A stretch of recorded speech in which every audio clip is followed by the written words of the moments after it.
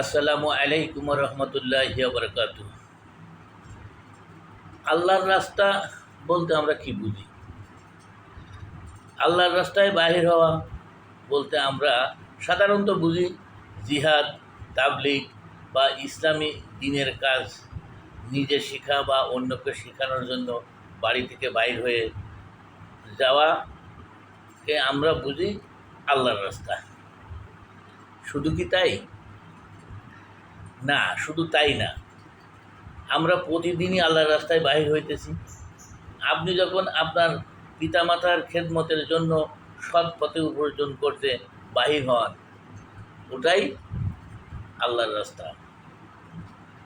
আবার আপনি যখন আপনার বিবি বাচ্চার আহারের জন্য রিক্সা চালান, দিন মজুরি করেন বা চাকরি করেন অথবা সৎভাবে উপার্জন করার জন্য ছুটাছুটি করতে থাকেন এদিক ওদিক, সেটাও আল্লাহর রাস্তা। আল্লাহর রাস্তা আপনি সমাজের কল্যাণমূলক কোনো কাজ করেন, সেটাও আল্লাহর রাস্তা।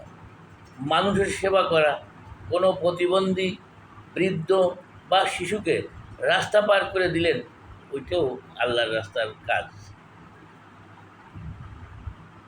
কারো বোঝাটা উঠিয়ে দিলেন, গাড়িটা একটু ধাক্কা দিয়ে দিলেন, তাকে সাহায্য করলেন, ন্যায় বিচার করা, মজলুমকে জুলুমের কারীর হাত থেকে রক্ষা করা ইত্যাদি, এগুলো আল্লাহর রাস্তা। এইভাবে আপনি যত ভালো, সৎ ও জনকল্যাণমূলক কাজের জন্য বাহির হবেন, সেটাও আপনার জন্য আল্লাহর রাস্তা।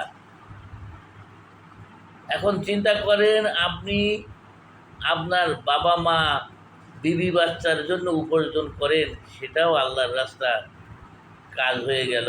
আপনি আপনার আপন আত্মীয় স্বজনের বাড়িতে তার খোঁজ খবর নেওয়ার জন্য বেড়াতে গেলেন, কুশলাদি জানতে গেলেন, সেটাও আল্লাহর রাস্তা। আপনি সেখানে বেড়াইলেন, খাওয়া দাওয়া করলেন, আপনি সব পাইলেন। আপনার আল্লাহর রাস্তায় বাইর হওয়ার সামিল হয়ে যাবে সব কল্যাণমূলক কাজ। কোরআন মতে রাসূলের সুন্নাত তরিকায় যত কাজ করবেন, যত কাজ আমরা করব, সবগুলোই আল্লাহর রাস্তা। শুধু আপনার আমার নিয়ত, উদ্দেশ্য সৎ ও সহি থাকতে হবে এবং কোরআন সুন্নাহর আলোকে হতে হবে। আসুন আল্লাহর কাছে বলি, হে আল্লাহ, আমাদেরকে আল্লাহর রাস্তায় থেকে কাজ করার তৌফিক দান করুন। আমিন। ভিডিওটা যদি ভালো লাগে শেয়ার করুন, অন্যকে জানার সুযোগ করে দিন।